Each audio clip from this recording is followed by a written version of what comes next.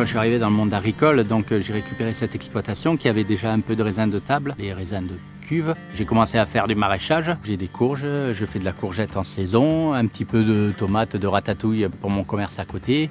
Je fais du blé tendre que je transforme en farine et en pain. Et du blé dur, de la luzerne, sainfoin pour faire mes rotations de sol, pour assainir les sols, pour ramener aussi de la matière organique.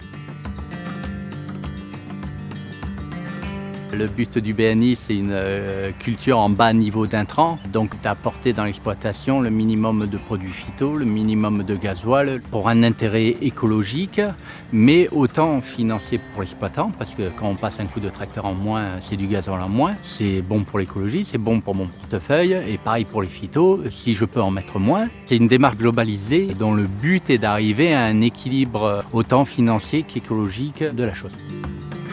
On se rend compte que de plus en plus, nos sols ont tendance à s'appauvrir. Et si on veut diminuer les intrants, on a besoin de matière organique dans le sol et donc de mettre un couvert végétal adapté aux vignes qui permet justement à faire revenir une certaine vie, ce qui permet en second temps de pouvoir diminuer ces intrants au niveau engrais et laisser le sol travailler par lui-même et redonner ce qu'il a à nos vignes.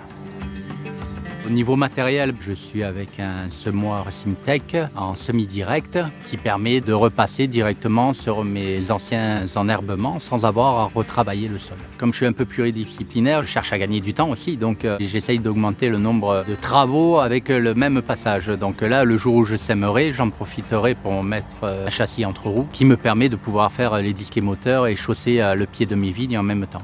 Donc au lieu de faire 2 passages, j'en fais qu'un et on est vraiment dans le BNI.